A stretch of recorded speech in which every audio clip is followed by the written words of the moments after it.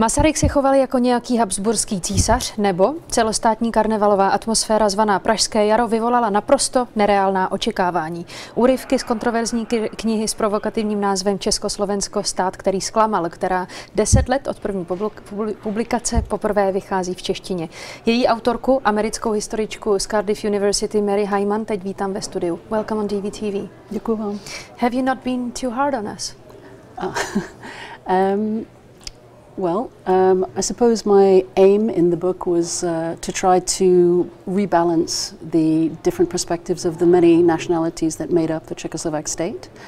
So I suppose the historiography is such that it's tended to be too hard on, it's been too gentle maybe on the, or too, the Czech historiography has been too gentle maybe on the Czechs. So who failed, according to Czechoslovakia as a state, or Czechs and Slovaks as a whole, as people? The state failed. I mean, the word failed in English has a number of different meanings. So it failed in the sense of an experiment which was meant to be a multinational, liberal, democratic state, which it did not manage to remain.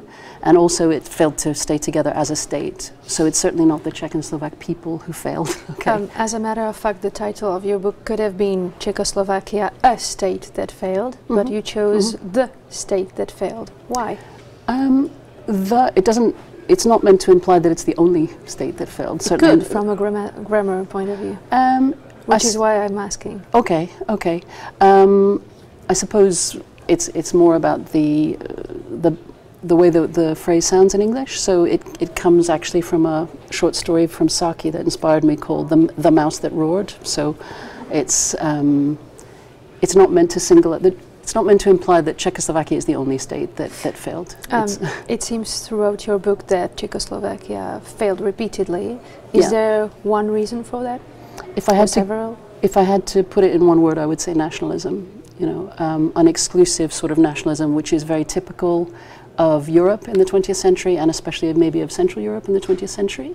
And it was that which I think created an instability which repeatedly failed under different regimes. One quote from the last page of your book.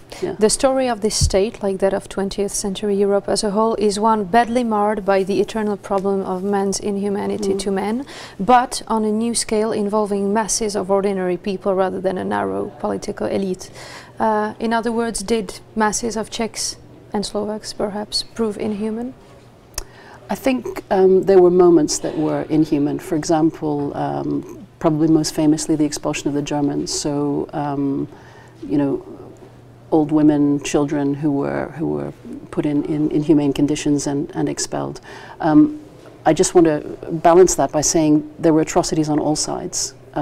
There were atrocities throughout Europe, and 20th century Europe in particular, on all sides. And still, in that passage that I quoted, you were speaking about masses of people that participated in the atrocities, and you were putting this as something that stands out from other experiences in other countries where it would have been an institutionalized atrocity. While in this particular context, you're speaking about masses of people and not political elite only. I suppose I'm talking about in much the same way that happened, of course, most infamously in Germany during the 20th century. But this, if you think about the amount of people that are necessary to, for example, draft laws, enforce those laws.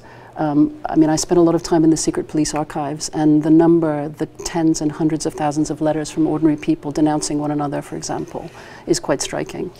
Clearly, your book is one long deconstruction of many generally accepted perspectives. You've been highly critical of Edvard Beneš, but also other Czechoslovak political figures, including the one that we might be, as Czechs, most attached to, that's to say Tatíček Masaryk, whom you depict as a propagandist and opportunist. Do you actually believe that Masaryk was led only by his personal ambitions rather than true beliefs? I don't think I've said that. I mean, I think what I've tried to present him is I don't think he was a saint. I think he was a politician, or a political animal, I would say. I mean, I think the idea that he was purely a high-minded philosopher is misleading. I mean, he was a human being. He was also someone who sought influence and power, and the same was true of Beneš. But I don't think he was some evil monster at all.